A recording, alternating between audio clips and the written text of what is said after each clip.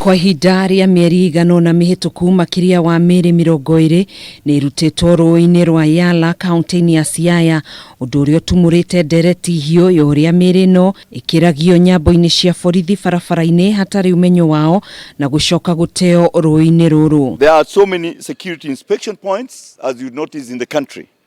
So bodies traveling either from Mombasa or any part of the country, I believe they should be stopped by the police roadblocks, which all of us who travel in the day are stopped normally and inspections done. Nĩ ndeto ĩkũmithĩtio nĩ Mumbunge wa Gem Elisha Odhiambo akiorotereria kĩara gĩake ruhonge-inĩ rwa DCI nĩ gwĩkururia mĩhang'o-inĩ ya gutabania uthuthuria wĩgiĩ mĩĩrĩ ĩno ĩrĩa ĩmwe yayo ĩrutagwo ĩrĩ makũnia-inĩ na ĩngĩ ĩikĩtio maratathi-inĩ ma mĩnyore. While the investigating and prosecutorial agencies led by DCI and the Office of Director of Public Prosecutions have taken too long to solve the puzzle of how individuals have constantly chosen to travel for hours with dead bodies from different parts of the country, especially like the body retrieved yesterday from the Rift Valley. Odhiambo nĩ ugĩte ona gũtuĩka mĩĩrĩ ĩno ndĩkoragwo yumĩte gĩcigo-inĩ kĩa ũmbunge kĩa Gem kaunti-inĩ ya Siaya,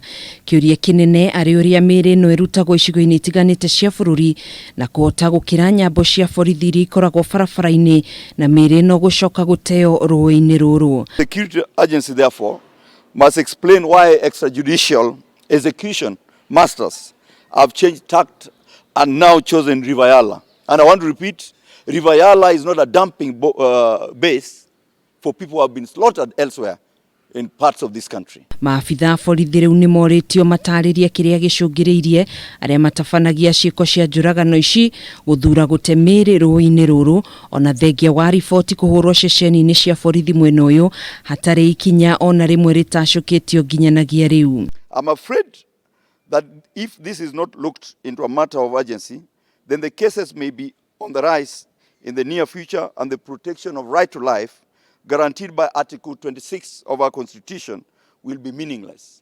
Oho nĩ ĩkĩtie rĩtana kũrĩ wabici cia thitango cia mũingĩ na rũhonge rwa DCI kũnyitanĩra ihinda-inĩ rĩrĩ nĩguo kũmenya kĩrĩa kĩrarĩa kĩngĩ na gũikia ngono arĩa maratabania ciĩko ici, makĩũrio mambe maige njũkanĩrĩro ciao keheri-inĩ nĩguo wabici ici cierĩ cihote gũtungatĩra mũingĩ wa bũrũri. It hurts that the endless tug of war, there's been an endless tug of war between DPP and DCI, and I believe this is what is impeding investigations, because each and every individual in those specific institutions wants to play supremacy battles. Kũrĩ famĩrĩ cia andũ arĩa morĩte na njĩra ya kĩriga kwa ihinda iraya nĩ ciũrĩtio gwĩkinyia thibitarĩ-inĩ wa kũiga mĩĩrĩ wa Yala nĩguo gũtambũra mĩĩrĩ gũkĩrĩkana kũrĩ na makiria wa mĩĩrĩ 14 ĩrĩa ĩtarĩ ĩratambũrĩkana nĩ yao. I want everybody, whichever part of the country, those whose relatives have disappeared,